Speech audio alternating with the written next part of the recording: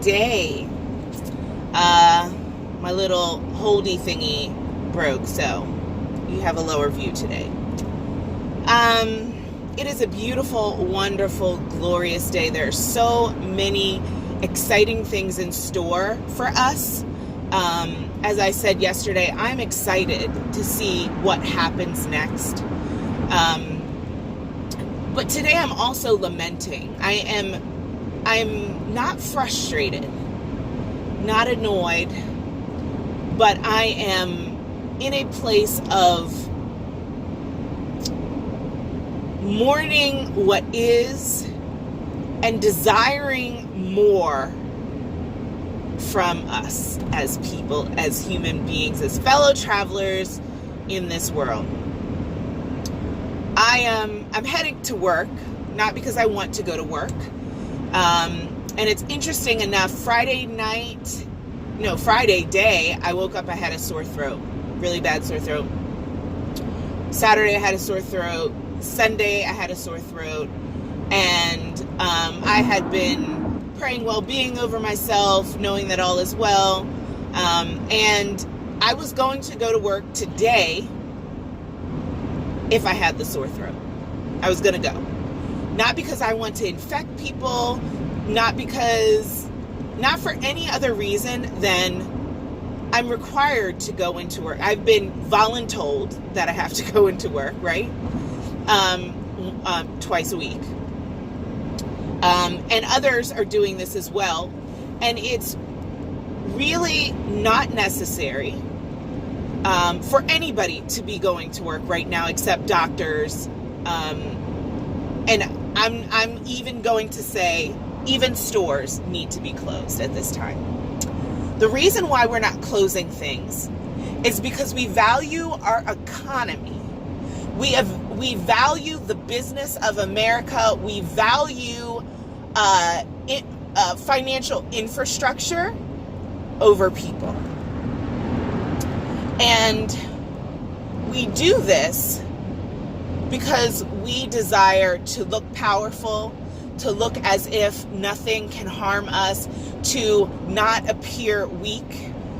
But our weakness is really in us not taking care of people, not valuing people. I'm thinking about the young high school, maybe community college student, maybe senior citizen, maybe mom of 3 who are holding us down right now because Walmart and Aldi and all the grocery stores and Walgreens have to stay open, have to, quote unquote, stay open in order to serve the public the things that we need. And I realize that is not necessary. That is not necessary. We have military personnel who have enlisted to put their lives on the line. They have. These young people, these people who work in grocery stores, they are just in a job in which they are being required to go to work, or else you don't get paid. And that they are required to go to work so they don't, so that the store can still make money. The stores are still making money hand over fist in this crisis. Nobody is losing anything in these big businesses, these big chains. And what could happen to protect the people, the people who if there was no crisis right now, we would look down on and we would deny them higher wages because we just don't feel that they're valuable enough for them. We could do this so much differently.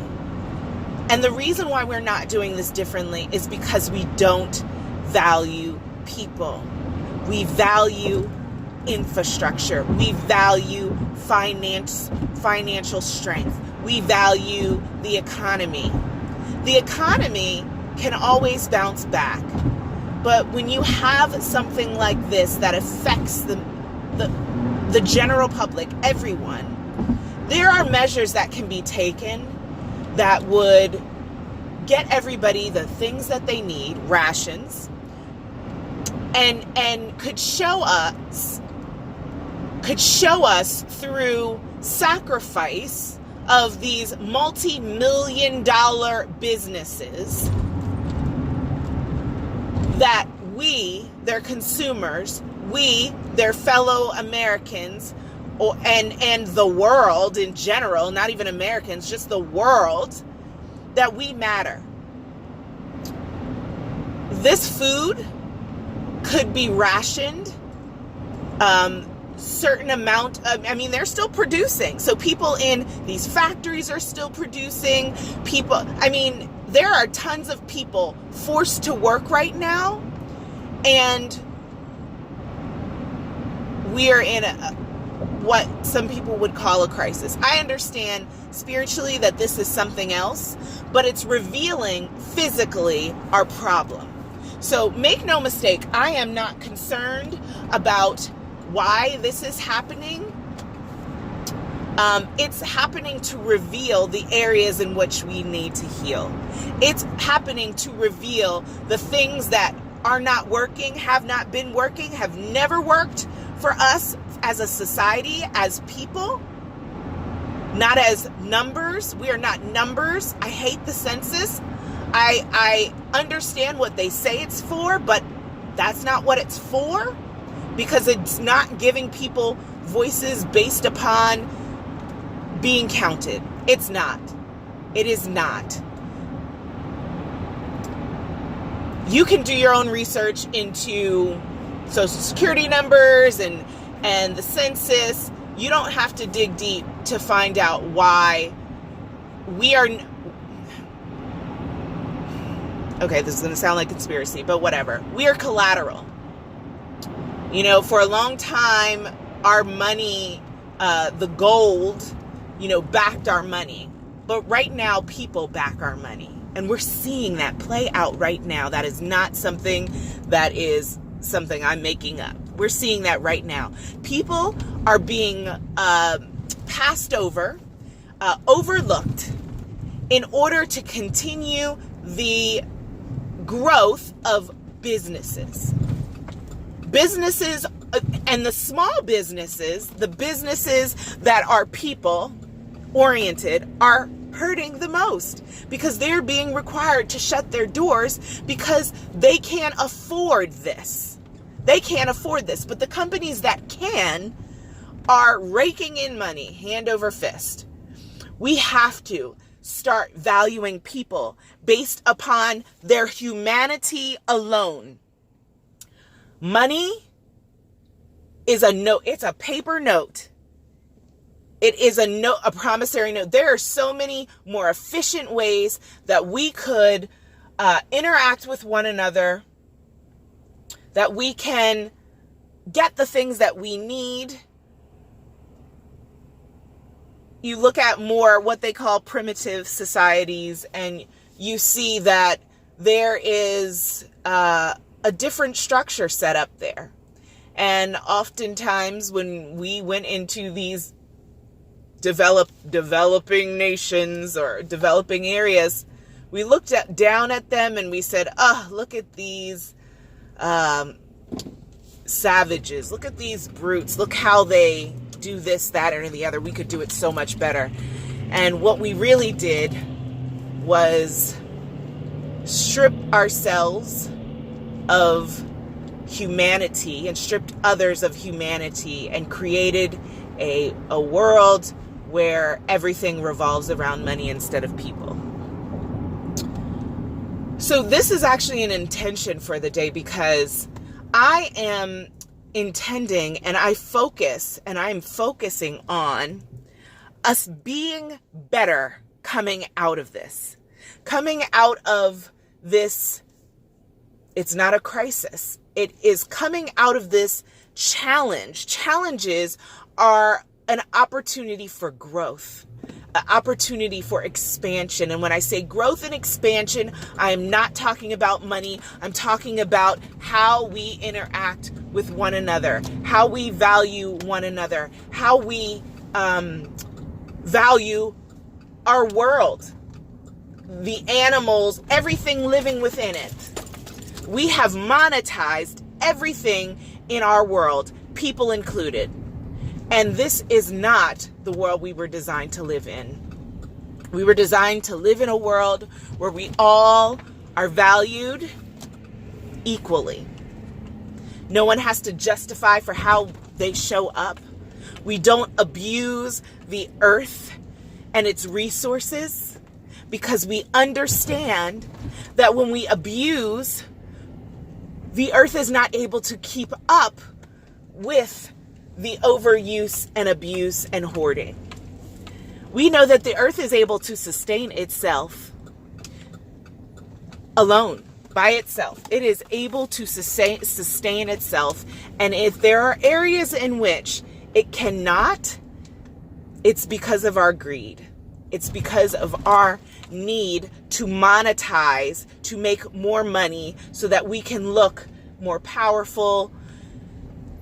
And it really weakens us as individuals because we no longer become humans who care and love one another.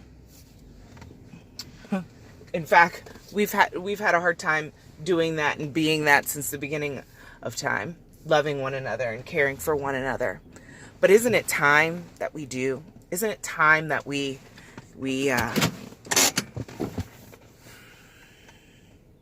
realize that we've been getting it wrong for a very long time?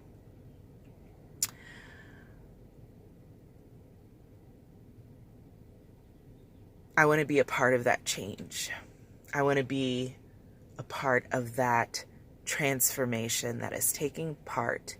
And part of that is making people aware of how we are missing the mark so that we can recalibrate and we can try again with effort and compassion and understanding and love, that all that we would do would be centered in oneness with ourselves, oneness with one another, and oneness with the world that we live, in the world that we live. Have a blessed day. Have an amazing day. Have a transformative day. Have a day that helps you to see why you're here and how you can be a beneficial presence to all those around you. I'm offering some free coaching classes, or sessions rather, coaching sessions, for people who feel stuck at this time, who know that this is not where they want to be, or maybe they're just frustrated and they need a place to process and a place to recalibrate, and some accountability. So if you would, you can reach out to me at PamelaGrayDaniel.com/coaching.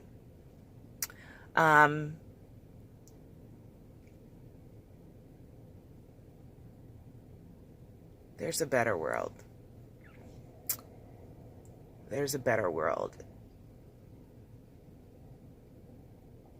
And I desire to live in it.